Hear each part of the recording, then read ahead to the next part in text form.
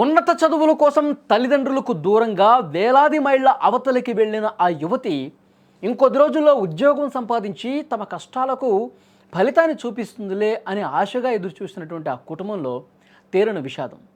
అమెరికాలో చదువుతున్న బాపట్ల జిల్లాకు చెందిన విద్యార్థిని యార్లగడ్డ రాజ్యలక్ష్మి అనారోగ్యంతో అకస్మాత్తుగా చనిపోవటం స్థానికంగా తీవ్ర విషాదాన్ని నింపింది. కారంచేడుకు చెందిన యార్లగడ్డ రామకృష్ణ నాగమణి దంపతుల కుమార్తె రాజలక్ష్మి విజయవాడలో ఇంజనీరింగ్ పూర్తి చేసుకున్న తర్వాత ఉన్నత చదువుల కోసం 2023లో అమెరికాకు వెళ్ళింది. టెక్సాస్లో A&M యూనివర్సిటీలో ఎంఎస్ కోర్సు విజయవంతంగా పూర్తి చేసింది. చదువు పూర్తయిపోయింది. ఇక ఉద్యోగం, మంచి జీవితం, ఉజ్వల భవిష్యత్తుతో కూతురు త్వరలోనే తిరిగి వస్తుందని చెప్పి తల్లిదండ్రులు చాలా ఆశపడ్డారు, కలలు కన్నారు కూడా.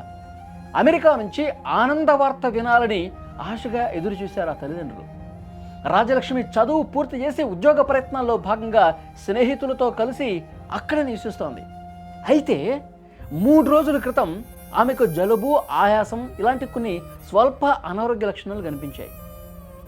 సోమవారం రోజు వైద్యుడిని సంప్రదించడానికి అపాయింట్మెంట్ కూడా ఆమె బుక్ చేసుకుంది. గురువారం రాత్రి స్నేహితులతో కలిసి పడుకున్న రాజలక్ష్మి శనివారం ఉదయం నిద్ర లేవల. ఎంత ప్రయత్నించినా స్పందన లేకపోవడంతో రూమ్మేట్స్ ఆందోళన చెంది హుటాహుటిన హాస్పిటల్కి తీసుకెళ్లారు. కానీ వైద్యులు అప్పటికే ఆమె చనిపోయినట్లుగా నిర్ధారించారు. ఆమె ఆకస్మిక మరణానికి గుండెపోట లేదంటే తీవ్రమైన అస్వస్థత కారణమా ఏమైందో తెలియని పరిస్థితుంది. చిన్న జలుబు, ఆయాసం వస్తేనే చచ్చిపోతారా? దీని వెనకాల ఏదో ఉంది, ఏదో ఒక తీవ్రమైనటువంటి సమస్య వల్లే ఈమె చనిపోయింది. కానీ వాస్తవాలు బయటికి రావాలని చెప్పి ఈ విషయం తెలిసిన తర్వాత కుటుంబ సభ్యులు చెప్తా ఉన్నారు. తమ కూతుర్ని శాశ్వతంగా దూరం చేసినటువంటి విషయం ఏంటో మాకు తెలియాలని చెప్పి ఆ తల్లిదండ్రులు చెప్తా ఉన్నారు. కూతురు మరణ వార్త విన్న ఆ తల్లిదండ్రులు అచేతన స్థితిలోకి వెళ్ళిపోయారండి.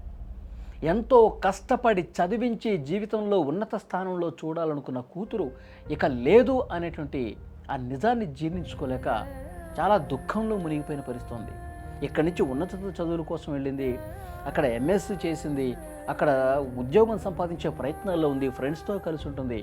చిన్నగా జలుబు చేసి చిన్న ఆయాసం ఉందని చెప్పి తల్లిదండ్రులకు ఫోన్ చేసి చెప్పిందండి. అంతకుముందు నాకు కొద్దిగా హెల్త్ బాగాలేదు, కొంచెం జలుబు చేసింది, కొంచెం ఆయాసంగా ఉంది, నేను డాక్టర్ అపాయింట్మెంట్ కూడా తీసుకున్నాను, డాక్టర్ని కూడా కలుస్తాను, అంతే ఇప్పుడు ఎంత బాగానే ఉంది, కానీ కొద్దిగా అనీజీగా ఉందని చెప్పి చెప్తా ఉంది. అంటే ఆరోగ్య సమస్య ఉంది అని చెప్తుంది. కానీ ఇంత తీవ్రంగా సమస్య వేధించి ఇంత అనారోగ్య బారిన పడిపోయి చనిపోతుందని చెప్పి ఎవరు ఊహిస్తారు చెప్పండి? కన్న కూతురు, 20 సంవత్సరాలు ఉన్నటువంటి ఆ కూతురు ఆల్ ఆఫ్ సడన్ జలుబు వస్తేనో ఇంకా చిన్న ఏదో సమస్య వస్తేనో చనిపోతుందని చెప్పి ఆ తల్లిదండ్రులు ఊహిస్తారా? కానీ దీని వెనకాల ఇంకో ఏదో ఉంది, ఏదో జరిగింది, లేదంటే ఆల్ ఆఫ్ సడన్ చనిపోయే పరిస్థితి ఉండదు కదా. ఇంకా ఏమైంది అనేది ఆ ఫ్రెండ్స్ని కూడా విచారిస్తూ ఉన్నారు. కానీ వాళ్ళు కూడా చెప్తా ఉన్నారు, ఎప్పట్లాగానే కొంచెం అనీజీగా ఉంది, కొంచెం అన్హెల్దీగా ఉందని చెప్పి డాక్టర్ అపాయింట్మెంట్ కూడా తీసుకుంది, ఇంట్లో పండుకుంది, ఉదయాన్నే మేము లేపుతుంటే లేవట్లేదు, ఉటావుటిన అసలు స్పృహలోకి కూడా రాకపోవడంతో వెంటనే ఆసుపత్రికి తీసుకెళ్తే అప్పటికే చనిపోయిందని చెప్తే మేమే షాకులో ఉన్నాం అంకుల్, ఆంటీ అని చెప్పి ఆ ఫ్రెండ్స్ కూడా మాట్లాడుతూ ఉన్నారు. తెలియట్లా. ఈ విషాద ఘటనతో కారంచేడు గ్రామంలో విషాద ఛాయలు అలుముకున్నాయండి. తల్లిదండ్రుల రోదనలు, బంధువుల కన్నీళ్లు, పూర్తిగా అక్కడ స్థానిక పరిసరాలు మొత్తం ఆ వాతావరణం అంతా కూడా చాలా విషాదంగా మారిపోయిన పరిస్థితి.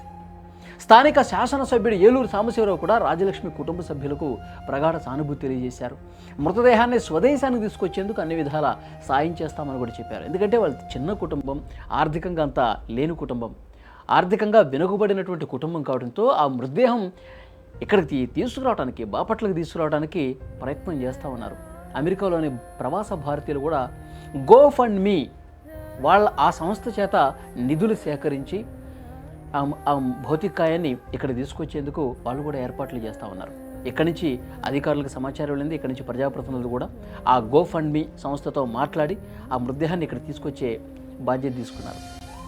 కానీ చాలా బాధాకరమైన విషయం అంటే, ఎందుకంటే ఆ కూతురు మీద మంచిగా చదివే అమ్మాయి, చదువుల తల్లి, ఆ బంగారు తల్లి చదువుకోవటానికి వెళ్ళి అక్కడ మంచిగా చదువుకొని ఉద్యోగం సంపాదించాలన్న ఆ ప్రయత్నాల్లో ఉండంగా ఈ విధంగా జరగటంతో చాలా బాధపడుతూ ఉన్నారు, చాలా ఆవేదనతో ఉన్నారు.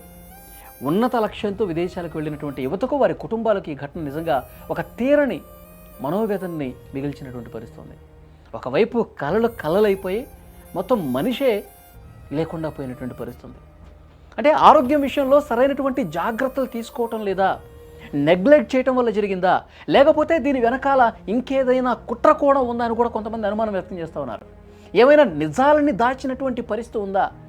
ఇంత సడన్గా ఇంత ఆరోగ్యంగా ఉన్నామే రోజుల వ్యవధిలో ఈ విధంగా ఎందుకు అవుతుంది, దీని వెనకాల ఇంకేదన్నా ఉందా, ఇవి తేల్చాల్సిందని చెప్పి కొంతమంది కుటుంబ సభ్యులు కూడా మాట్లాడుతున్నారు. సో ఏదేమైనా సరే నిజాలు బయటకు వచ్చే అవకాశం ఉంది. ఎప్పటి వరకు మనకు అందుతున్న సమాచారం అనారోగ్య కారణాల రీత్యానే ఆమె చనిపోయిందని తెలుస్తోంది. మరి వాస్తవాలు ఏంటనేది కూడా అతి త్వరలోనే తెలిసే అవకాశం ఉంది. వాళ్ళ కుటుంబ సభ్యులు మాత్రం, తల్లిదండ్రులు మాత్రం తీవ్ర మనోవేదనలో ఉన్నారు.